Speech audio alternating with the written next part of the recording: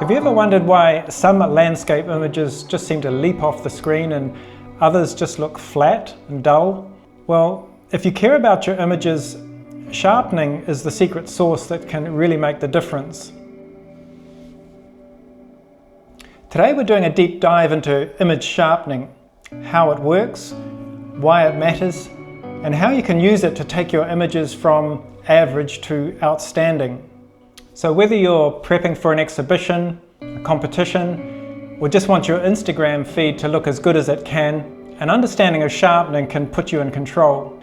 Now, most of us get comfortable with the default settings that our camera or software applies, and for quick edits that's fine, but when you want to get the most out of an image, especially for exhibition or competition, it pays to be intentional. So let's jump into Lightroom. The easiest way to understand sharpening is to see it in action. So watch as I zero out all the adjustments. This is what your image looks like with no sharpening at all. Now as I adjust the amount slider, notice how the details start to pop.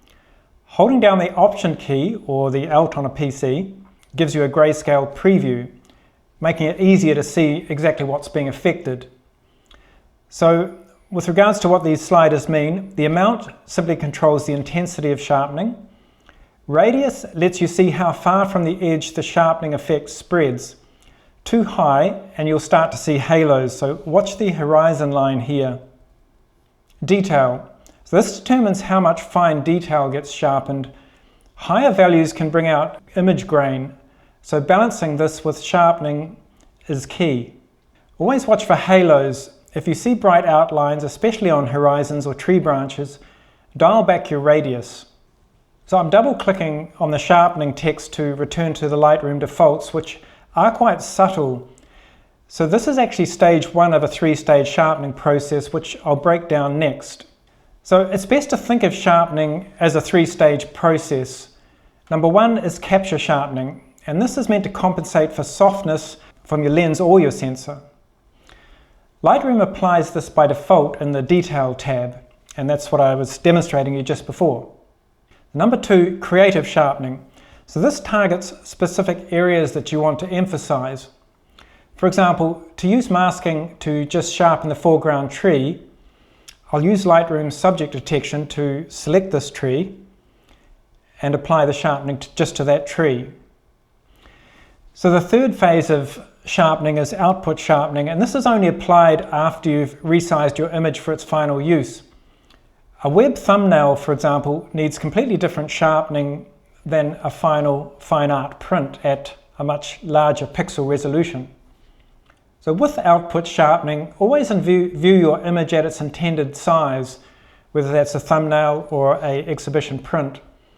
To do this in Photoshop, go to View, Print Size, and also make sure your monitor settings are correct in your preferences in Photoshop, which you can find here. And smaller images, such as thumbnails, often need much more aggressive sharpening to maintain their impact.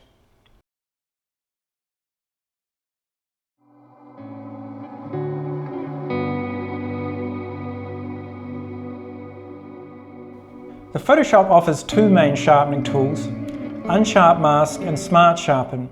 So stick with these for the best results. First of all, Unsharp Mask. This is a classic Photoshop tool that's been around forever. The amount applies the intensity to the image, the intensity of the sharpening. Radius is spread, and threshold keeps sharpening out of fine details. Once again, watch for halos and increased noise, and you'll need to juggle these sliders to balance these side effects. So my filter of choice in Photoshop would be Smart Sharpen. It's more advanced and offers much more granular control than Unsharp Mask. It lets you reduce noise, it protects shadows and highlights, and you can choose the blur type to remove. For most photos, leave Remove set to Lens Blur for natural results. Use Gaussian blur for general blur and motion blur if you're correcting camera shake or subject movement. And remember, sharpening should enhance, not detract from an image. If you notice the sharpening effect, then you've probably gone too far, so dial it back. Now, sharpening isn't just about making things crisper. Sometimes blurring the background can really make the subject pop out. You can do this in camera with a wide aperture or in post-production with image blurring tools and masks. And on your phone, portrait mode can automate this. And if you shoot in RAW mode on your phone, you can even tweak the amount of blurring after you've taken the photo. And don't forget about texture and clarity in Lightroom. These boost mid-tone contrast and surface detail and give the illusion of sharpness. Try them on misty mornings to make subjects pop out, or even on things like textured rock or grass. Just remember, a little goes a long way. So those are the sharpening tools that I use most in my landscape workflow. Pick what works for your style and images.